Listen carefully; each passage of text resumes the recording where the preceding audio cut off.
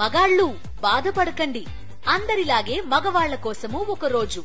పూర్తి వివరాలకు చదవండి రేపటి సాక్షి హైదరాబాద్ ఎడిషన్.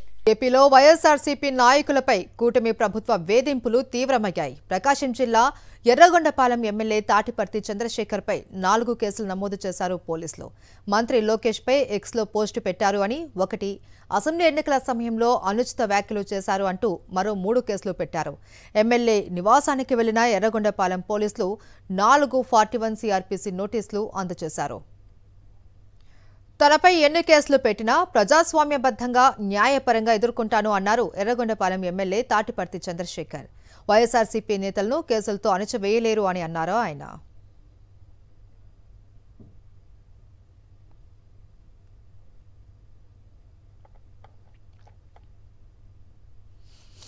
వారి బిడ్డలకి ఏ విధంగా కూడా వాటిని ఉపయోగించుకోలేనటువంటి పరిస్థితిలో ఉన్న ఆ ఇబ్బందుల్ని గమనించినటువంటి జగనన్న గారి మా ప్రభుత్వం దాదాపుగా 35.44 లక్షల ఎకరాలకు సంబంధించి నిషేధ భూముల్ని వాటి యొక్క సమస్యను పరిష్కరించేటటువంటి విధంగా దాదాపుగా 20.24 లక్షల మంది రైతులకు లబ్ధి చేకూరే విధంగా ఆ భూములన్నిటి మీద 20 సంవత్సరాల పైచిలుకు దాని మీద స్వాధీనంలో ఉన్నటువంటి వారి కేటాయించి 20 సంవత్సరాలు దాటినటువంటి వారికి ఆ భూముల మీద హక్కు కల్పిస్తూ అనేక చుక్కల భూములు కానీ, అసైన్డ్ భూములు కానీ, ఇనాం భూములు కానీ, అలాగే సర్వే ఇనాం కానీ, షరతులతో కూడినటువంటి పట్టా భూములను కానీ వీటన్నిటి మీద నిపుణులతోటి సలహాలు తీసుకొని వారి సూచనల మేరకు ఈ రాష్ట్రంలో పేదవాడుగానే ఉండడానికి వీల్లేదు.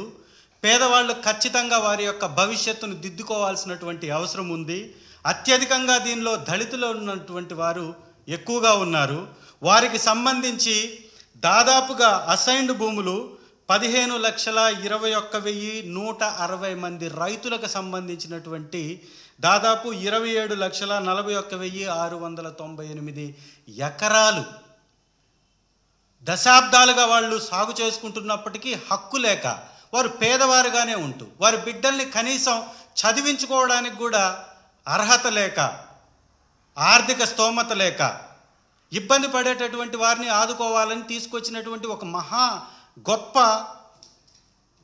విషయాన్ని మీ అందరికీ తెలుసు. దాని ద్వారా అనేక మందికి లబ్ధి జరిగింది. ఇవాళ కూటమి నేతలు వారికి మాత్రమే మూటలనే విధంగా మంత్రి గారు అనగాని సత్యప్రసాద్ గారు ఈరోజు వారు కొన్ని వ్యాఖ్యలు చేశారు. అసెంబ్లీ సాక్షిగా కీలకమైనటువంటి వ్యాఖ్యలు చేశారు. 25,000 ఎకరాల అసైన్డ్ భూమి రిజిస్టర్ అయ్యాయంటే ఎందుకయ్యా మీకు అంత కడుపుమంట?